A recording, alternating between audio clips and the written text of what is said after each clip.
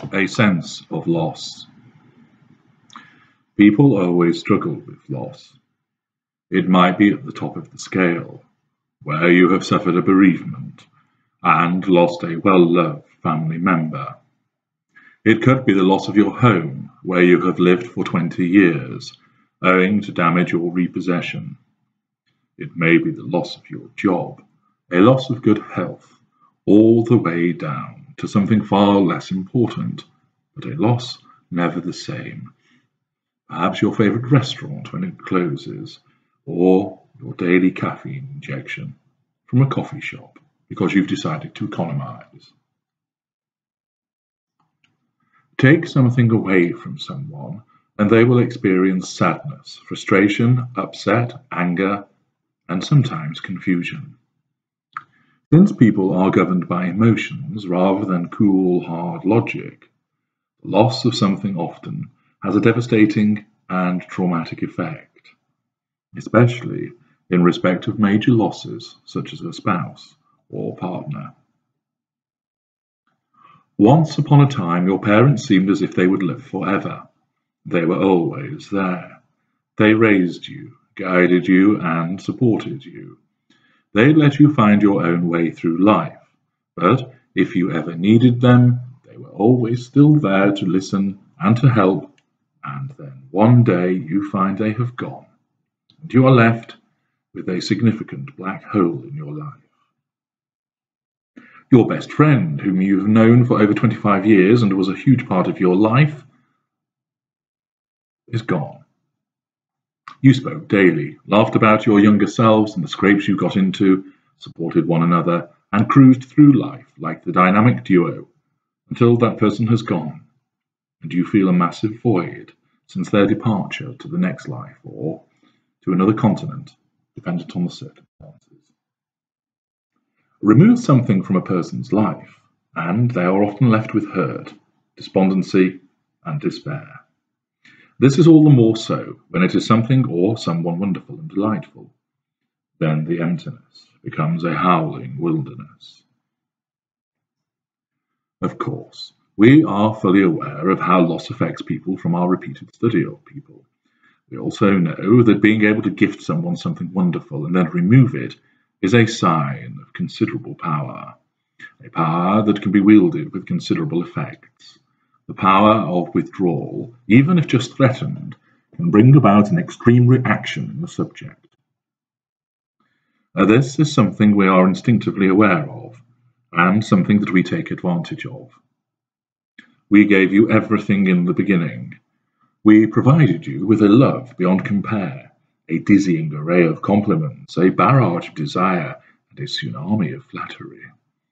We raised you up, higher and higher, and sprayed you with affection, passion, and generosity.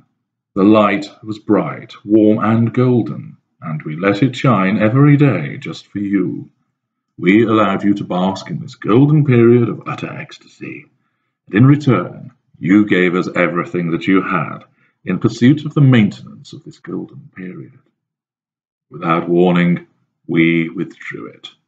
The door was closed and the shutters lowered, and once, where you had walked happily and freely, you too found yourself transported to the howling wilderness, where you stood alone beneath grey, leaden skies, as a cold and unforgiving wind whipped around you.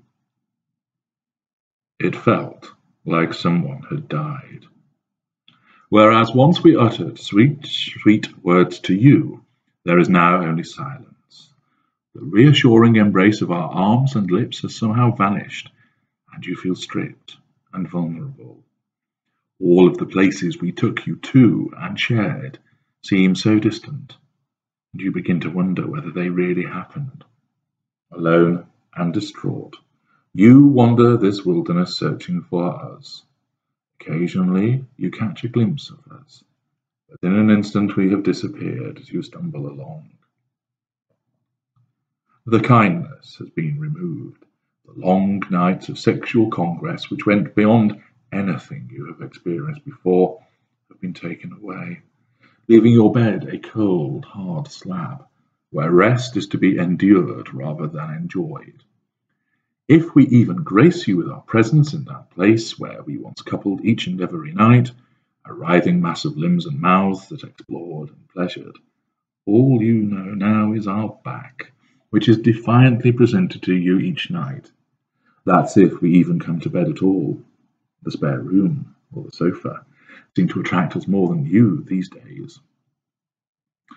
We know that taking away this passion, desire, interest, largesse, and kindness is like a hammer blow to you. It is as if we have died, but yet you can still see us, touch us, and hear us, which makes the sense of loss even more peculiar and all the more confusing. Like a pet owner dangling a bone in front of a salivating puppy, we occasionally open the shutters and allow the golden period to return, and the joy and the relief which washes over you at the restoration of this almost glorious time is electrifying, and so is the extent of your gratitude and delight. Yet it is ephemeral. It is like a wonderful dream that has transported you away from all the hurt and from the misery.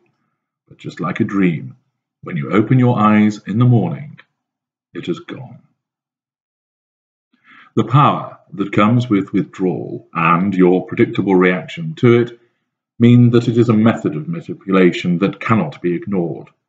To bestow and then deny has you caught in the strings of our puppetry as we jerk you back and forth between granting those things that you desire the most and then taking them away from you. Your reactions and the control this grants us means that it is so simple yet so effective, and something we can never withdraw from doing to you.